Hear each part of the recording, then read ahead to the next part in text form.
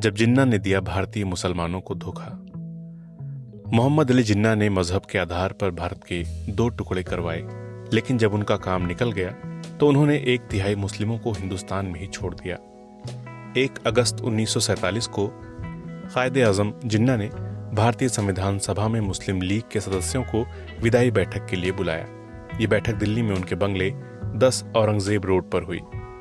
League की working committee के सदस्य सैयद मोहम्मद रिजवानुल्लाह ने जिन्ना से बंटवारे के बाद भारत में रह जाने वाले मुसलमानों को लेकर कुछ उलझन में डालने वाले सवाल पूछने शुरू कर दिए। मैंने जिन्ना को कभी भी इतना परेशान नहीं देखा जितने वो उस वक्त रिजवानुल्लाह के सवालों से हो गए थे। इसकी वजह शायद ये थी कि उस वक्त कायदे-आज़म को इस बात का बखूबी एहसास हो रहा था कि बंटवारे के बाद भारत में बचे मुसलमानों का क्या होने जा रहा था। जिन्ना साहब को इस मुश्किल से निकालने के लिए मैंने अपने साथियों से कहा कि वो अब इस बारे में और बात न करें।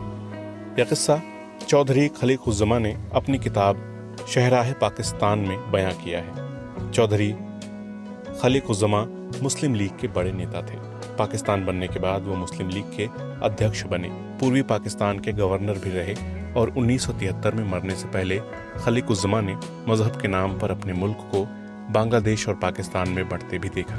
ये वही चौधरी खलीकुज़्ज़मा थे जिन्होंने नारा दिया था, पाकिस्तान मुसलमानों का जन्मसिद्ध अधिकार है। लेकिन जब पाकिस्तान बना तो जिन्ना नहीं चाहते थे कि खलीकुज़्ज़मा उनके साथ वहां जाएं, कोई ओहदा हासिल करें। बंटवारे के बाद जिन्ना चाहते थे कि खलीकुज़्ज़मा भारत में ही रहें, मुसलमानों की क़यादत करें। जिन्ना के कहने पर खलीकुज़्ज़मा भारत की संविधान सभा में मुस्लिम लीग के लीडर बने, विपक्ष के नेता का ओहदा संभाला और 14-15 अगस्त 1947 की आधी रात को जब भारत आज़ाद हुआ तो पंडित जवाहरलाल नेहरू के बाद चौधरी खलीकुज़्ज़मा ने भी संविधान सभा में भाषण दिया। चौधरी खलीकुज़्ज़मा यूनाइटेड प्रोविंस यानी कि उत्तर प्रदेश में मुस्लिम लीग के बड़े नेता थे। उनके साथ जिन्ना ने वही सलूक किया था जो हिंदुस्तान के बाकी मुसलमानों के साथ। पाकिस्तान हासिल करने के लिए उनका इस्तेमाल किया और अपना मकसद पूरा होने के बाद भारत के मुसलमानों को अपनाने से इनकार कर दिया, उनसे पल्ला झाड़ लिया। जब भारत का बंटवारा हुआ तो देश में मुसलमानों की आबादी करीब 10 करोड़ थी। बंटवारे के बाद इसमें से लगभग 1/3 मुसलमान भारत में ही रह गए। वो देश के उन इलाकों में रहते थे जो पाकिस्तान का हिस्सा नहीं बने। भारत की मिली जुली आबादी को धर्म के नाम पर बांटने का जिन्ना का आइडिया इन मुसलमानों के लिए घातक साबित हुआ। भारत के जिन मुसलमानों ने जोर शोर से पाकिस्तान बनाने का समर्थन किया था वो बंटवारे के बाद त्रिशंकु की तरह अधर में लटक गए। ये वही मुसलमान थे जो यूपी और बिहार जैसे राज्यों में आबाद थे और जिनके बारे में तय था कि उनका सूबा पाकिस्तान में नहीं जाने वाला। फिर भी वो जिन्ना के बहकावे में आए और अलग पाकिस्तान बनाने के आंदोलन का खुलकर समर्थन किया।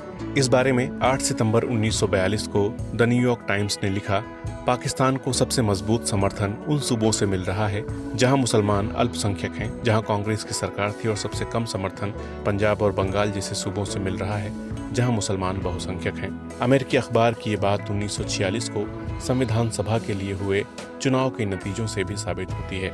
मुस्लिम लीग ने बिहार में मुसलमानों के लिए रिजर्व 40 में से 34 सीटें जीती थीं, तो यूपी की 66 में से 54। मध्य प्रांत और बरार में लीग ने मुसलमानों के लिए रिजर्व 14 में से 13 सीटें जीती, तो बॉम्बे प्रोविंस की सारी यानी 30 सीटें। इस तरह ओडिशा में मुस्लिम लीग ने मुसलमानों के लिए रिजर्व सभी 4 सीटें जीत लीं और मद्रास में 28 की 28। ये वो सूबे थे जहां मुसलमान अल्पसंख्यक थे, जहां 1937 से 1939 तक कांग्रेस की सरकार रही थी। इन सूबों के मुसलमान पाकिस्तान के नाम पर जिन्ना के पीछे लामबंद हो गए थे। हालांकि बंटवारा होते ही जिन्ना ने भारत में रह गए मुसलमानों की ओर से मुंह मोड़ लिया। चौधरी खलीकुज़्ज़मा ने लिखा है, जिन्ना ने मुझसे गुजारिश की कि मैं भारत में ही रहूं। उनके पाकिस्तान चले जाने के बाद मैं भारत के मुसलमानों का नेता बन जाऊं।